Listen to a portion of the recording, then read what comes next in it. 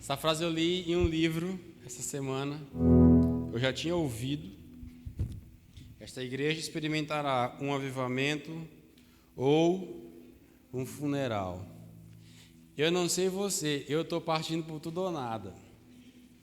Ou a gente vai dar muito certo, Santiago, ou a gente vai dar muito errado. Um dos dois vai acontecer com a gente. Sabe, nós temos orado, buscado a face de Deus, jejuado. Inclusive, hoje é o nosso terceiro dia ou quarto dia? Terceiro dia de jejum. Do dia 1º ao dia 7 nós vamos estar jejuando. E Deus tem nos despertado aos poucos para a prática da oração, para a prática da leitura, para a prática do jejum. E eu me recuso a ser uma igreja morta nessa cidade. Me recuso. Há 2 semanas atrás eu sentei com um rapaz nessa cidade, um senhor, um jovem trabalhador aqui de Vitória. Ele chegou para mim e falou assim: Eliatan, tu nem sabe, a igreja que eu estou dividiu no meio. Eu falei, como assim? Teve uma briga lá e a igreja acabou. Eu falei, sério? E ele me explicou toda a história que aconteceu. E é uma igreja conhecida aqui de Vitória. E é engraçado que é uma igreja que já vinha de uma divisão de outra igreja, que já era uma outra igreja que havia dividido de outra igreja.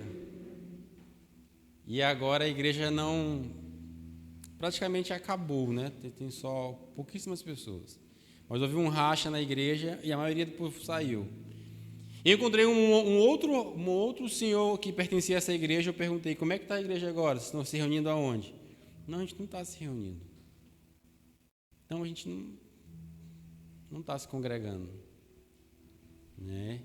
E é triste. E eu falei para essa pessoa essa semana, falei, isso me deixa muito triste, porque eu fico feliz vendo um bar fechando, mas eu não fico feliz vendo uma igreja fechando, né? O povo está doido. Aqui em Vitória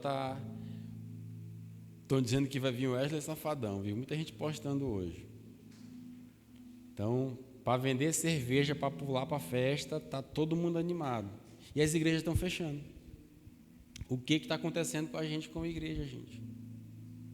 Então, nós não somos uma igreja que realiza muitos eventos, nós realizamos uma conferência por ano.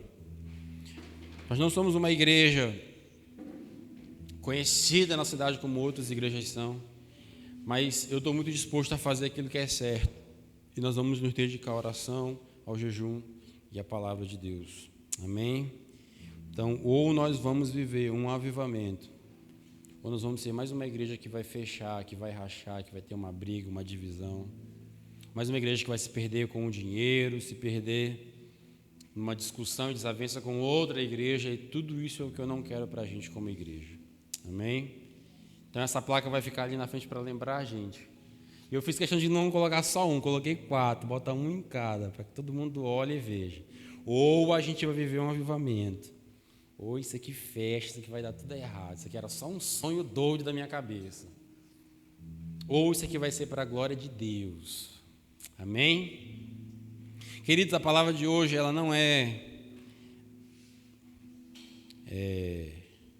uma palavra para você sair daqui aleluiado, para você dizer assim, nossa, glória a Deus, Deus falou comigo, yeah! Não.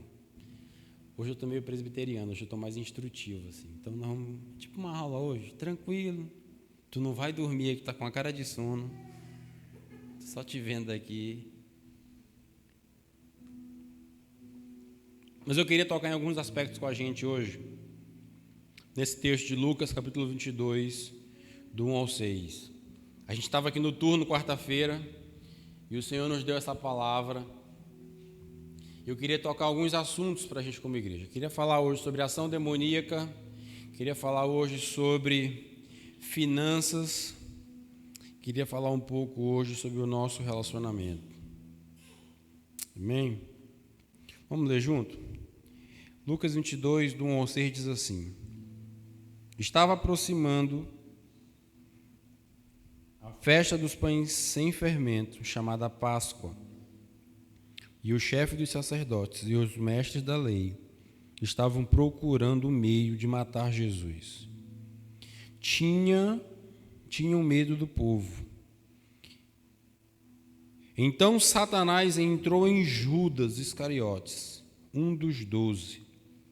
Judas dirigiu-se aos chefes dos sacerdotes e aos oficiais da guarda do templo e tratou com eles como lhes poderia entregar Jesus.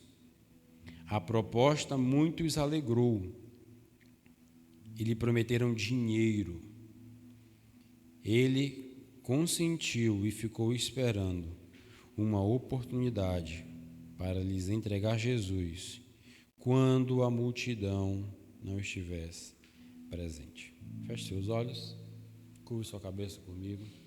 Senhor, obrigado pela tua palavra. Que a pregação da tua palavra, Senhor, alimente o nosso espírito essa noite. Senhor, que o ponto principal desse culto é quando, através da tua palavra, Senhor, e usando o pregador da noite que estiver aqui, o Senhor vai falar conosco o que está no seu coração, o que precisa vir para o nosso coração. Que a noite de hoje seja uma noite que nós possamos sair daqui com uma porção da tua palavra. E que essa palavra dirija o restante da nossa semana. E que essa palavra seja a base das nossas decisões essa semana, Senhor. E que a tua palavra seja, Senhor, que sustente a nossa fé. E que a tua palavra seja o que nos dê vida, Senhor. Por isso, eu me submeto à tua vontade, Senhor, e anulo o meu eu, para que não seja eu falando, Senhor, mas que seja o teu Espírito Santo comunicando conosco. A tua palavra, as tuas verdades, é o que nós pedimos em nome de Jesus. Amém. Queridos, eu queria tocar hoje, queria falar hoje sobre aprendendo com Judas. Acho que Judas tem muito a ensinar para a gente. Muito, muito, muito, muito. E eu queria conseguir com você hoje desenvolver esse assunto. Lucas capítulo 22, do 1 ao 6. Eu estava aqui sentadinho, acho que eu estava bem aqui no pezinho da cruz, aqui, quarta-feira. Eu abri a palavra e esse texto saltou no meu coração. E se você não sabe, eu vou te atualizar. Nós, como igreja, de quarta-feira para cá, o Senhor tem nos dirigido a entrar numa ênfase maior de batalha espiritual. Então, a minha oração é para que o Senhor abra os nossos olhos, o nosso entendimento, que o Senhor nos dê experiências com batalha espiritual. Então, a gente já está orando para expulsar demônios, a gente já está orando para curar enfermos, a gente já está orando para que isso comece a acontecer no nosso meio. E eu estava orando sobre isso na quarta-feira e esse texto veio. Eu achei interessante, porque é um texto que fala de uma possessão. O verso 13 vai dizer: então Satanás entrou em Judas. Ou seja, um dos discípulos de Jesus ficou possuído. Né? E a gente estava conversando quarta-feira aqui que não foi um demôniozinho que entrou em Judas. O próprio diabo entrou nele. Então, eu queria desenvolver esse assunto com você. Normalmente, quando a gente fala sobre traição, Judas é o discípulo que vem à nossa mente. Se eu te falar assim, qual foi o discípulo que traiu Jesus? Qual foi o discípulo que pisou na bola feio com Jesus? Judas é o primeiro nome que vem à cabeça. Mas é engraçado que Judas não foi o único que fez isso. Se a gente perguntar assim, quem foi que traiu Jesus? Eu falo assim, Judas. Tem até falando de cultura, como a gente falou no GC, não sei como é que chama isso, mas tem uma época do ano que a gente faz um boneco de pano e senta a vassourada no boneco de pano. É malhar o Judas, que a gente chama, né? Tem uma época do ano que a gente malha o raio do Judas. A gente devia fazer isso com a gente mesmo, uma vez por ano, seria um negócio bacana. A gente se malhar assim, pegar a gente assim, eu sou traidor, eu sou ruim, eu nego Jesus, eu apronto com Deus. Aí você se malhava uma vez no ano assim, ficava bom demais. Mas Pedro também traiu Jesus, Pedro também nega Jesus. Só que é engraçado, Pedro não fica conhecido pela negação. Mas parece que fica uma marca em Judas. Judas fica conhecido pela traição. Já tinha parado para pensar nisso? Quando você fala de Pedro, principalmente nossos irmãos católicos, eles sempre dizem assim, não, Pedro é o primeiro papa da igreja. Pedro é o grande líder dos 12, depois que Jesus se ausenta. E você nem passar pela sua cabeça, nem lembra tanto, que Pedro pisou na bola com Jesus. Mas Judas ficou marcado. Judas ficou marcado, inclusive pelo fim dele. Mateus, capítulo 26, verso 14. Deixa eu te mostrar um negócio.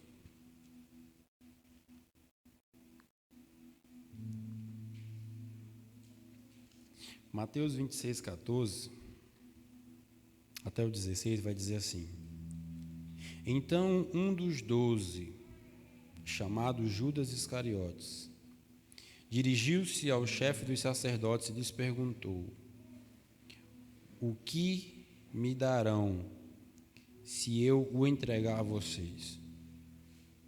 E fixaram o preço, 30 moedas de prata. Desse momento em diante, Judas passou a procurar uma oportunidade para entregá-lo. Queridos, nem Jesus foi poupado da traição.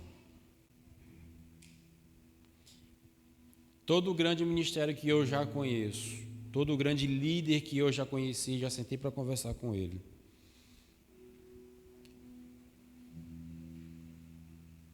Muitas pessoas que eu já tive a oportunidade de conhecer na vida já passaram pela experiência da traição. A verdade é que nós precisamos aprender a lidar com a traição, porque ninguém está imune a ela. Não existem garantias que eu e Eliatan nunca vou trair Keliane.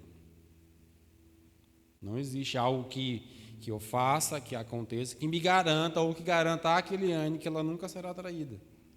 De lá para cá também é a mesma verdade. Não havia garantias. E o próprio Jesus passou por isso.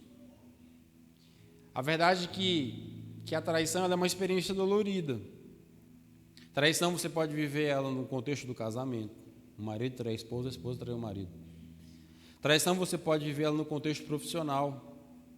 Quando você tem empresas concorrentes, um funcionário sai daqui e leva uma informação que era sigilosa daqui lá para o outro, que fazia a mesma coisa. Um tipo de traição. Você pode ver traição no contexto ministerial. Inclusive, nós já fomos traídos. E o que é a traição? É alguém que é de dentro, que se comporta como se fosse de fora. Bota isso no casamento. O que é o casamento? O que é uma traição no casamento? É um marido que é de dentro da casa, de dentro da família, que se comporta como se fosse um homem alheio àquela casa, àquela família, àquele relacionamento. Ele cai em traição. Traição dentro da empresa. É alguém que é de dentro daquele conjunto, aquele quadro de funcionários, e ele se comporta de um momento para outro, como se ele não pertencesse àquele lugar. Na igreja da mesma forma. Nós temos pessoas que, infelizmente, se comportam hoje, fora daqui, falando mal, ou mentindo a respeito de nós, como se nunca tivessem sido daqui. Mas já foram daqui. Já ministraram nesse altar. Já estiveram nos nossos G6. Já contribuíram financeiramente conosco. Mas nos traíram. E aqui, longe de mim querer me vitimizar de alguma coisa, estou falando de traição. O foco aqui não é nós, o foco é o texto bíblico. Estou te falando isso porque um dia passou pela cabeça de Judas trair Jesus. E eu acho incrível como o Filho de Deus não foi poupado nisso. E o pior do que a traição, eu penso, é não saber lidar com os efeitos dela. Porque nós vamos passar por isso de alguma forma. E ser traído nos ensina muito. Agora, como é que a gente reage à traição? Nós precisamos aprender a lidar com isso. Quando a gente é trocado, quando a gente pega uma alfinetada pelas costas, como a gente é maltratado ou maldito por alguém que a gente ajudou, que a gente quis bem dessa pessoa. Judas é essa figura que foi escolhido pelo próprio dedo de Jesus. Era para ser um apóstolo da igreja. Viu os milagres que todos os 11 viram. Detalhe, ele tinha uma responsabilidade maior que os outros. A Bíblia fala que Judas era o tesoureiro da equipe ministerial de Jesus. Deixa eu te mostrar comigo um texto muito interessante, em João capítulo 12. Deixa eu te mostrar um negócio aqui que esse camarada fez. Se você puder acompanhar ele na tela. João capítulo 12, do 1 ao 8, vai mostrar para a gente um pouco sobre Judas. Então, meu alerta para você é: cuidado com a traição. Cuidado com a infidelidade. Não se comporte lá fora como se você não pertencesse a esse lugar.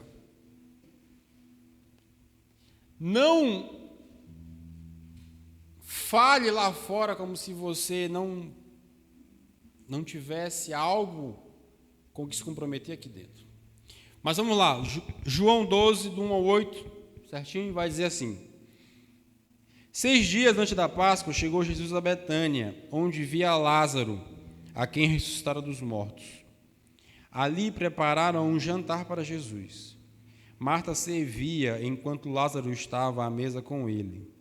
Então Maria pegou um frasco de nardo puro, que era um perfume caro, derramou-o sobre os pés de Jesus e o enxugou com seus cabelos. Então a casa se encheu com a fragrância do perfume. Mas um dos discípulos, Judas Iscariotes, que mais tarde iria traí-lo, fez uma objeção. Por que este perfume não foi vendido e o dinheiro dado aos pobres? Seriam 300 denários. E ele não falou isso por se interessar pelos pobres, mas porque era ladrão. Gente do céu, Jesus tinha um ladrão dentro do ministério, sendo responsável pela bolsa de dinheiro. Costumava tirar o que nela era colocado. Respondeu Jesus: deixe-a em paz, que guarde para o dia do meu sepultamento, pois os pobres vocês terão consigo, mas a mim vocês nem sempre terão. Ou seja, você percebe que Judas tinha um papel a cumprir dentro daquela equipe de 12 pessoas. Ele era o responsável pelas finanças. Eu não tive a coragem de fazer o que Jesus fez. Quando eu fui procurar o tesoureiro, eu procurei a pessoa mais idônea que eu conheci. Eu queria alguém sério. E nós tínhamos na igreja, eu lembro no comecinho, pessoas que eram, como é que eu coloco? Desorganizadas financeiramente falando. Só que eu queria alguém que fosse mais, que tratasse melhor o dinheiro. Essa era uma preocupação minha. Parece que Jesus não tinha essa preocupação. Eu falei assim: não vou botar Judas. E parece que Jesus tipo vai dando corda. Deixa eu ver até onde ele vai. E um dia Judas tirava uma moedinha da carteira, assim. Besteira. Jesus nem está precisando. Eu sei que ele faz um milagre, ele pega dinheiro na boca de peixe. Por quê? Jesus não está nem precisando desse dinheiro aqui. Judas ia lá, tirava. Era assim que ele fazia. E o texto é claro, ele não falava que ele furtava, não. Jesus roubava, ele já era ladrão. Esse era Judas. Eu estava orando, vendo esse texto hoje, falei assim: Jesus, o Senhor pegou pesado com Judas. A oferta está dizendo, o texto está dizendo assim, ó, que Maria chega e joga um perfume aos pés de Jesus. Só que Judas manjava das finanças, falava assim: rapaz, esse perfume é muito caro.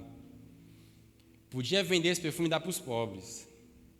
Eu vou te dar uma informação, acho que você não sabe. O texto diz assim, ó: e o dinheiro seriam 300 denários, o valor daquele perfume. Você sabe o que é um denário? Um denário corresponde a um dia de trabalho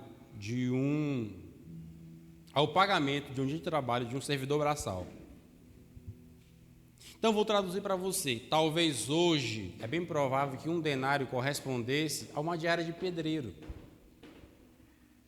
Recentemente, tive que contratar um pedreiro para trabalhar, e eu sei te falar a diária de um pedreiro. A diária de um pedreiro está R$120. Entre 120 e 150 reais. Vamos jogar aqui por baixo. 300 denários valia aquele perfume. Ou seja, eram 300 vezes um dia de trabalho, 120. Você sabe quando dá essa conta? Pode fazer no seu celular aí, ó. Dá R$36 mil. Imagina Judas. Imagina Judas, o cara da oferta, quando ele vê R$36 mil jogado no pé de Jesus. O homem ficou doido. Gente, um dia eu quero dar uma oferta maior que essa. Eu nunca dei uma oferta de R$36 mil. Eu me lembro quando criança, eu prometi dar uma oferta de R$1 milhão. Estava no congresso, eu estava em Santa Catarina, em Camboriú, no congresso dos Gedeões. Falei, um dia Jesus só vai me dar a chance de dar uma oferta de R$1 milhão. Esse dia vai chegar. Mas Judas deu uma de 30. Judas estava vendo a Maria dando uma de R$36 mil. E falou assim, meu Deus do céu, por que não vendeu isso e deu para os pobres? Quanto pobre podia pegar uma pontinha desse dinheiro, Jesus? Só que ele não estava falando por causa do amor aos pobres. Ele falou porque estava pensando no próprio bolso dele. Então ele estava pensando, rapaz, eu tinha de onde tirar dinheiro por um bom tempo, tranquilo. R$36 mil, pô. Nem a gente como igreja teve esse encaixe um dia. R$36 mil era a oferta que Maria colocou no pé de Jesus. E é engraçado, porque essa situação revelou o que tinha no coração de Judas. Um apego exagerado ao dinheiro, às finanças. Detalhe, isso era por parte do tesoureiro, de quem era responsável pela sacola do dinheiro. Continua o texto, olha comigo, João capítulo 13, só vira uma folha.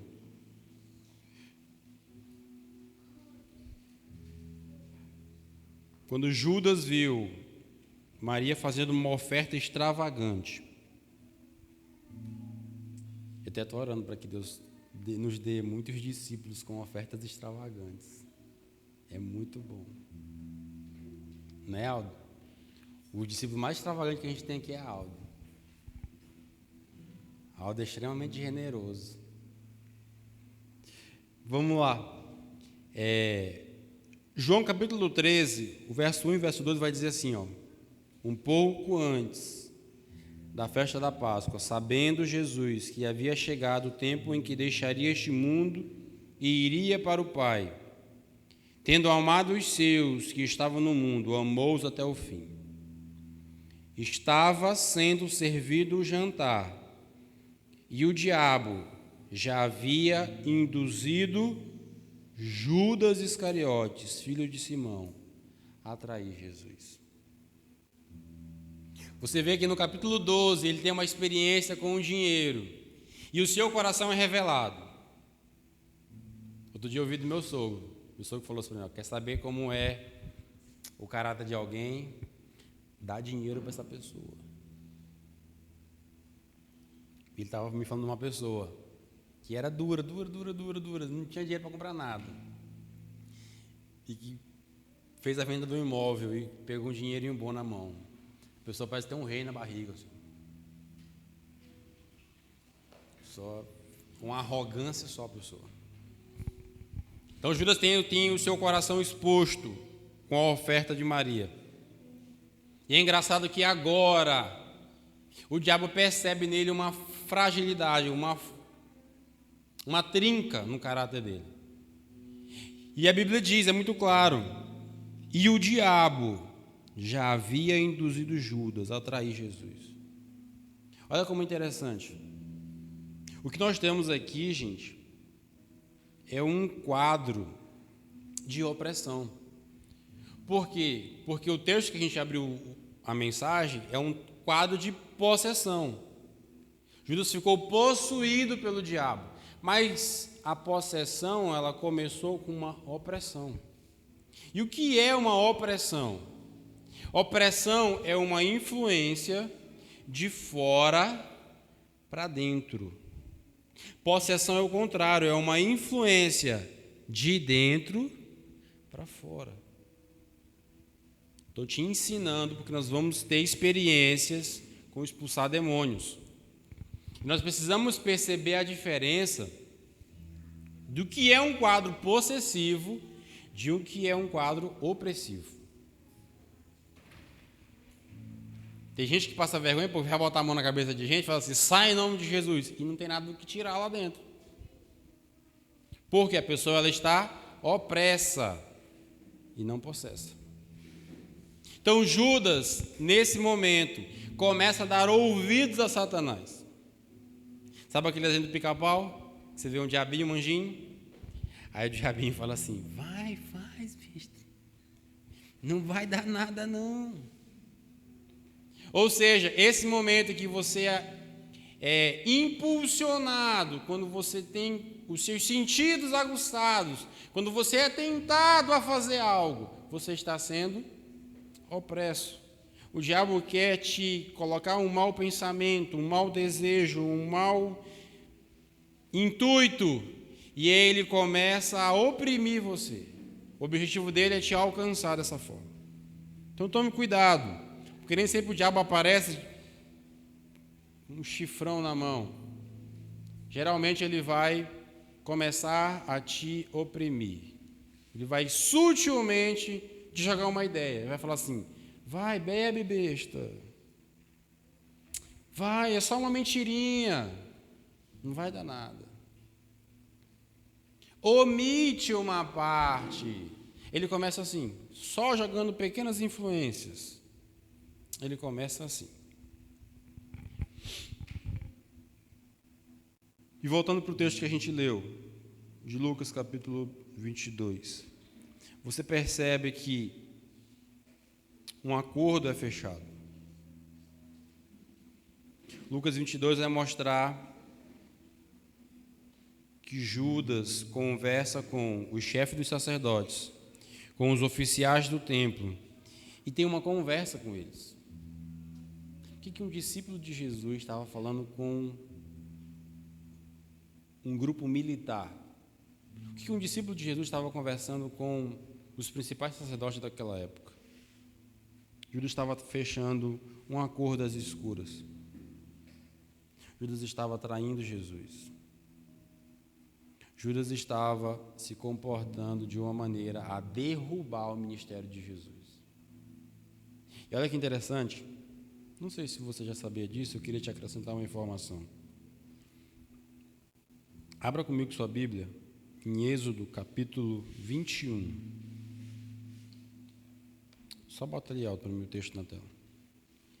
Êxodo 21 vai mostrar para a gente o significado do preço que Judas negociou a Jesus. Nós sabemos que Judas negociou Jesus por 30 moedas de prata. Agora, o que significava isso? 30 moedas de prata. Êxodo 21, verso 32.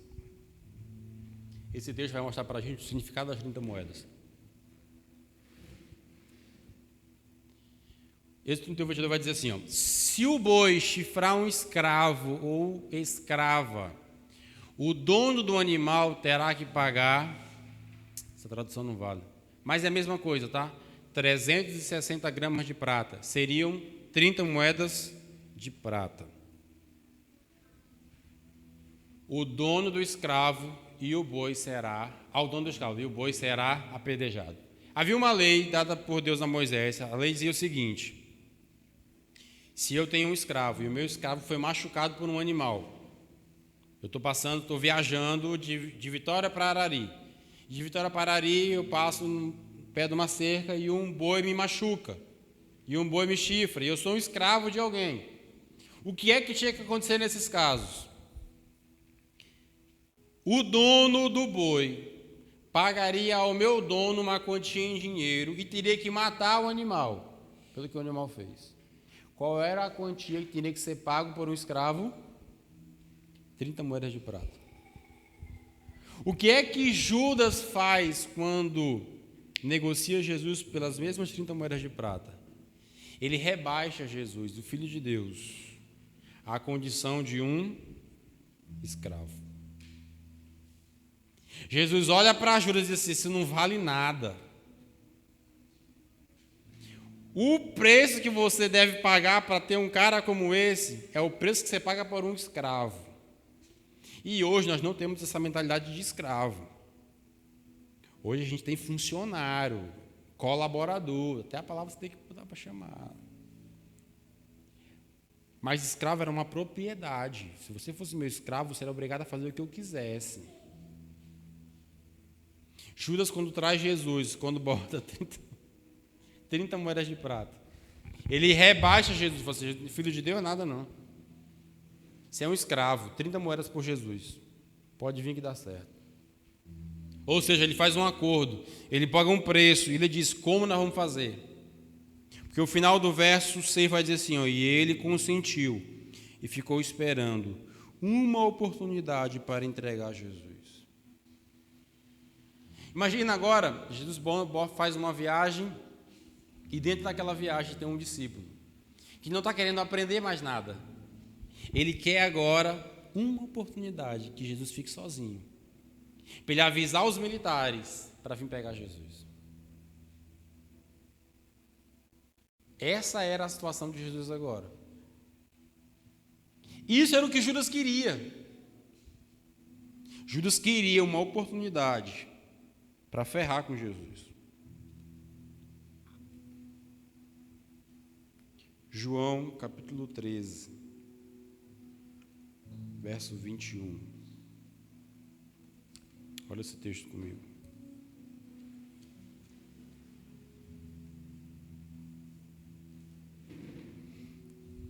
A Bíblia vai mostrar duas vezes que Judas fica possesso. A primeira é quando ele vai fazer o acordo.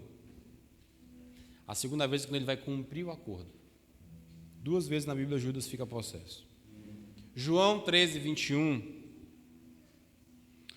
ao 27 vai dizer assim: depois de dizer isso, Jesus perturbou-se em espírito e declarou: digo que certamente um de vocês me trairá. Seus discípulos olharam uns para os outros sem saber a quem se referia. Um deles, o discípulo a quem Jesus amava, estava reclinando ao lado dele. Simão Pedro fez sinais para esse discípulo, como a dizer: pergunta-lhe a quem ele está se referindo. Inclinando-se esse discípulo a Jesus, perguntou-lhe: Senhor, quem é? Jesus respondeu: aquele a quem eu der o bocado de pão molhado no prato.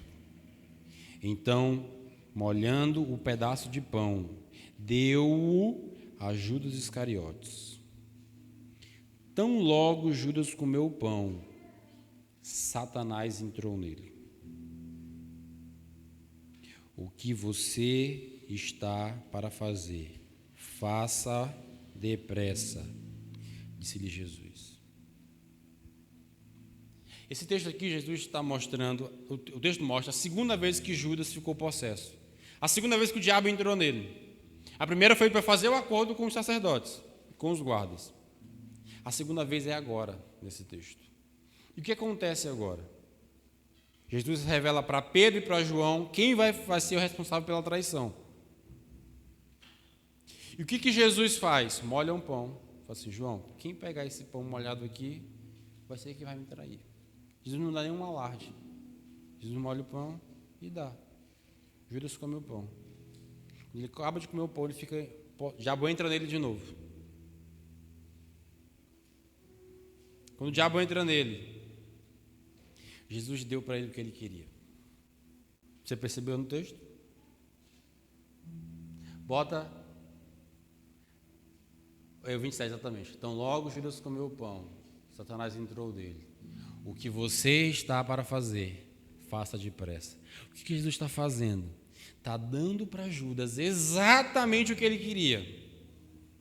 O que é que Judas queria? Uma oportunidade para trair Jesus.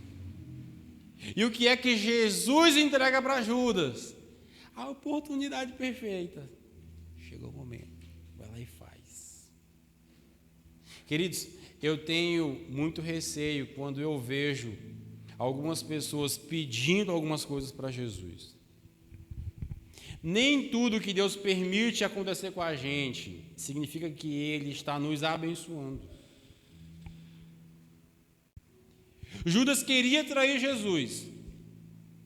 Jesus dá uma oportunidade para Judas trair ele. Tem como chamar isso de bênção? Não tem como chamar isso de bênção. Cuidado com o que você anda falando. Cuidado onde você anda indo. Cuidado com o que você anda fazendo. Porque você pode ser uma pessoa que pode trair Jesus. E para quem trai Jesus, para quem trai a igreja, para quem trai o ministério, para quem trai Platão, para quem trai a esposa, nunca termina bem. Nunca. Eu não conheço alguém que traiu e se deu bem o resto da vida. Não conheço. Não conheço. E o que me assusta é ver ímpio, é gente lá do mundo com essa consciência de não traição. Tem um apresentador muito famoso chamado Siqueira Júnior, do Alerta Nacional, TV Amazonas. Ele tem uma molecagem, ele fica falando assim, ó: você quer acabar com sua vida? Você quer perder o sono na hora de dormir? Coloque uma rapariga no seu carro. Arranje uma amante. Arranje uma quenga, ele fala assim. Arranje uma quenga para você, arranje. Você acabou com sua vida, o resto da sua vida acabou para você. O ímpio lá fora tem essa consciência de que trair é errado, é grave. E muitas das vezes dentro da igreja nós vemos esse comportamento. E muitas das vezes em cima do altar nós vemos pastores com esse comportamento. Deixa eu te mostrar como é que essa história de Judas termina. Mateus 27, do 3 ao 5. Trair nunca será vantajoso. Com certeza, esse acordo foi aumentado ou foi omitido em alguma parte. Porque Mateus 27 vai dizer assim: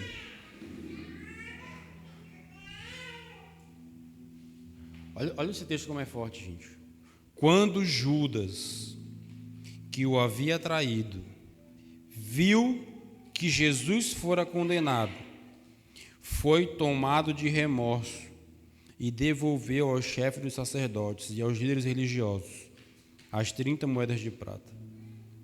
E disse, olha as palavras de Judas, gente: pequei, pois traí sangue inocente. E eles retrucaram: o que nos importa? A responsabilidade é sua. Eu vou te colocar dentro da história. É como se através de você, alguém aqui em Vitória hoje tivesse que pegar um tiro na cabeça.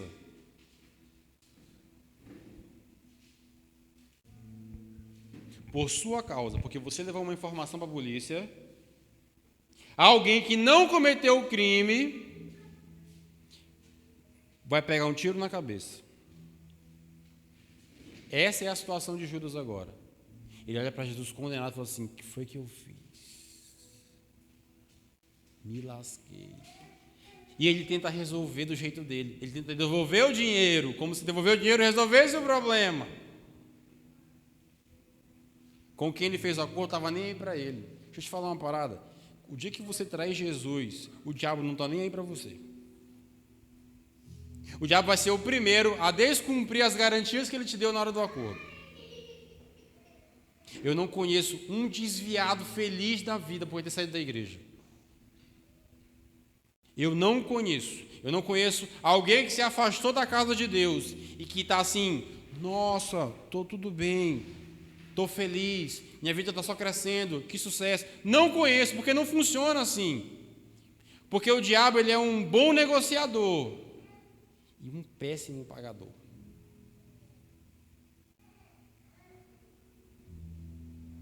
Jesus deu o que Judas queria. E o preço que Judas pagou foi caro demais. Porque o resto do texto vai dizer assim: então Judas jogou o dinheiro dentro do templo e, saindo, foi e enforcou-se. Olha como termina a história de um homem chamado por Deus, que caminhou com Deus, que fez milagres junto com Deus. Olha como termina um homem. Por ter entrado no caminho da traição. Trair nunca vai ser vantagem. Quem trai abraça o capeta. Isso é que um traidor faz.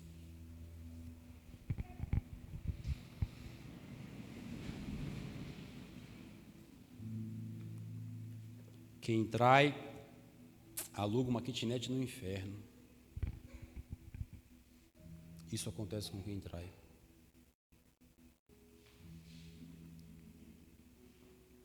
Infelizmente, hoje mulher anda traindo tanto quanto o homem. Vigia. Vigia. Muito cuidado.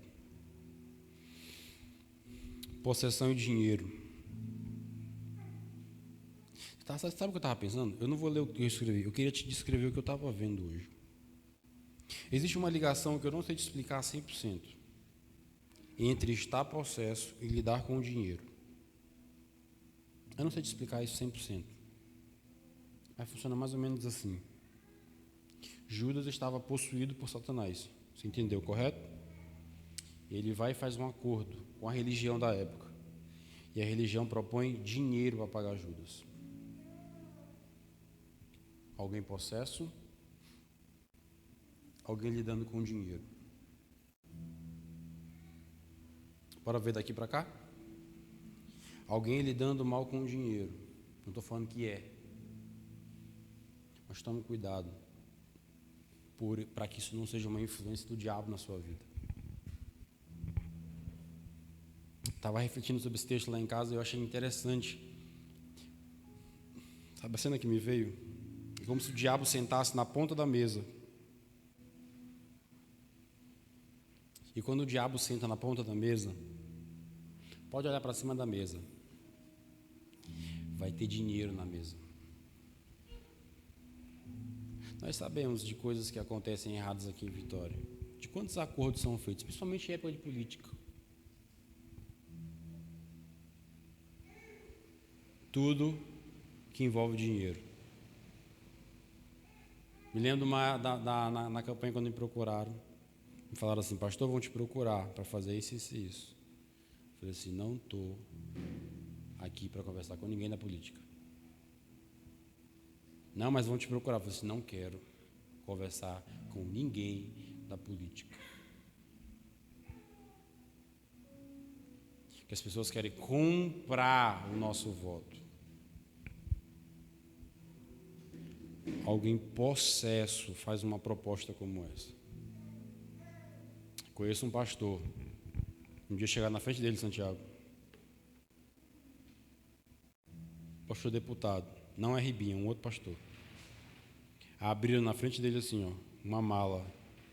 Abriram assim, ó, R$500 mil. Na frente desse pastor. Nós só queremos que você não vá a uma reunião. Só isso. Gente, eu não sei o que é R$1 milhão. R$500 mil. Só para não é para você ir deitar com uma prostituta, não é para você roubar, não. É só para você faltar um compromisso que estão te esperando lá. Só para isso. Sabe o que esse pastor falou? Esse pastor fechou a mala e disse com a perna tremendo. Ele disse que isso mexeu comigo. Ele contou isso no púlpito. Não sei se fez diferença para você, mas para mim R$500 mil faz muita diferença. Mexeu comigo. E eu clamei o sangue de Jesus para me ajudar, para não fazer um acordo com esse empresário que estava na minha frente.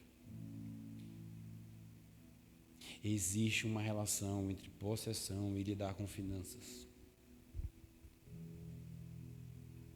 Como é que nós estamos lidando com nossos recursos? Hoje é culto de primícia, não?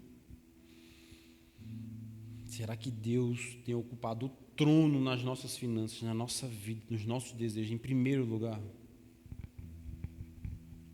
Eu quero fechar com duas frases. Augusto Nicodemos falou um negócio assim, ó. Quando Judas ficou possesso por Satanás, não caiu no chão, não revirou os olhos, não falou com voz diferente, não ficou doente ou encurvado, simplesmente saiu e foi ganhar dinheiro vendendo Jesus. John Wesley falou assim, ó, Judas Iscariotes foi o primeiro homem a cobrar dinheiro para levar pessoas até Jesus. A maneira como você lida com seu dinheiro aponta para Jesus ou aponta para o diabo. Vamos ficar em pé?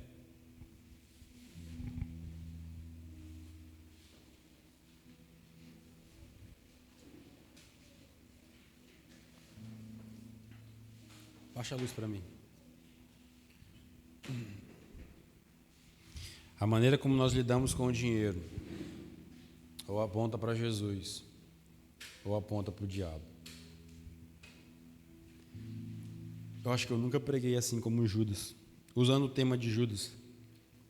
Mas eu queria que você entendesse algo do seu coração. Ninguém está imune à traição. Ninguém. Ninguém tem garantia 100% de que nunca será traído ou de que nunca trairá. Mas Jesus nos ensinou a lidar com a traição.